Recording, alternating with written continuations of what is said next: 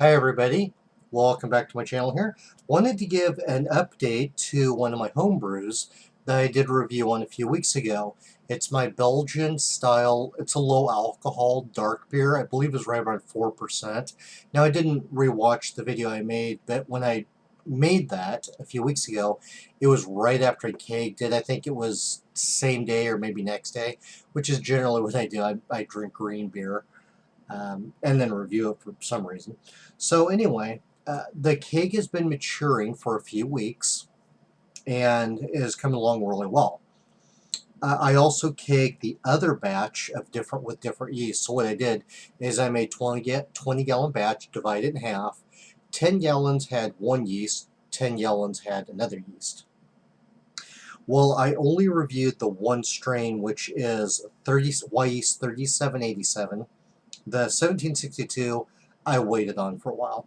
One is I can't really pronounce the brews that well, but I thought one was a Chimay yeast. That's not. I'm forgetting the name. I think one's Roquefort. I'm not sure to say it.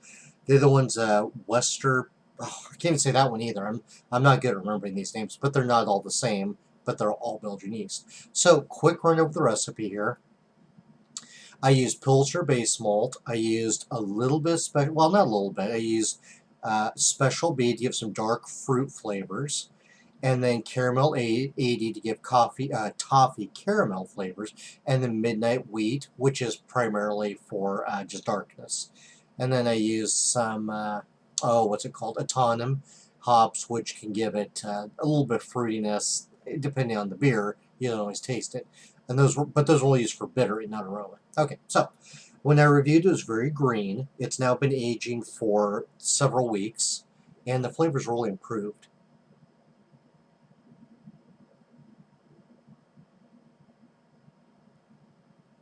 So it's, as I said, it's about 4% alcohol. I'm fine with it being low. I specifically wanted low alcohol beer. Hints of caramel, just hints of that. There may be dark fruit in the background, just a little bit. I say maybe because my palate's not that sensitive, but to detect light notes of it. But I believe there may be some back there. Has a good Belgian character flavor to it. It's not overly malty. The flavors are not strong, but they're there. They're hints of it. The beer is a little bit watery, but I kind of was aiming for that because it's not malt heavy. It's not malt forward. I really wasn't trying to do that. This is a new recipe. I was just playing around. In the future, I probably add Munich to it, or maybe bump up the other malts and use more. Because sometimes I only use 8 ounces of a specialty malt, just a half a pound, not a lot. And sometimes that's plenty, other times it's not enough. So this is kind of an experiment. Anyway, overall for Belgian beer, it turned out pretty good, I'd say. Is that Belgian quad? No. Is it going to live up to a Chimay? No. I wasn't trying to. So I did sample the one with the Y 1762. Let me look that one up because I, for some reason, can't remember the name of that one here. Okay, that's Belgian Abbey style Ale 2 yeast.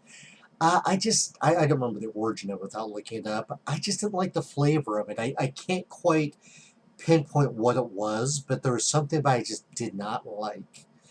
And I have 10 gallons of it. I mean, it wasn't bad. It wasn't skunk, disgusting, no off flavors. I just didn't like the flavor. 3787 is Trappist style high gravity, which I've used before. Really like that one. There was another one, 1214, which I did not use. I mistakenly thought I did use it, but that is just another Belgian Abbey Ale. There's no special name for it.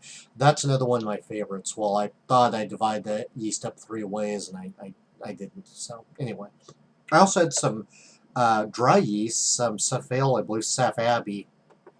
Whereas I was going to brew, I noticed I lost it. I don't know where it was. In the shelf of the refrigerator, and I lost it. So no idea. But it was only a few dollars. Okay, so back to this briefly here. Let me take another sip and give you a little more flavors on it.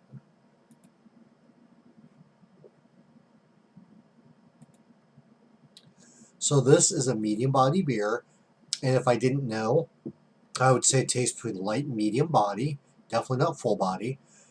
There's a gentle caramel flavor sweeping my mouth. And there may be peaks of light fruit back there, but very little. And here's what's weird about it. I used more special beef with dark fruit than I did the caramel lady, and yet I get more of the caramel out of it. Weird. Um, Possibly a little bit toasty notes in there, and just touches of candy sweetness, just touches of it. So out of the 4 malts I use, Midnight Wheat doesn't really get much of a flavor. It's not really designed for that. It's just mostly for darkness. But I get the caramel more than anything, not the special B as much. But like I said, all the flavors are light, and it's almost watery, but not quite. But it does have some Belgian characteristics. So in the future, I'm going to bump up the malts a little bit more, make it a little more malt forward, and just keep playing around. But yeah, this one, the one with the yeast, 3787, has aged really nicely. Tastes good. Tastes Belgian-y. I could probably sell it. I mean, if I was legal to do so. And somebody who likes a lighter bodied, lighter flavored dark beer, Belgian style, would probably like this. If you're wanting the heavier stuff, the more alcohol one, the more malty one, this wouldn't be it. But for what I designed it for, I'd say I hit the mark fairly accurately, but it still needs room for improvement. That's how you learn. All right, so here's my Belgian dark but low alcohol, because that's just what I called it.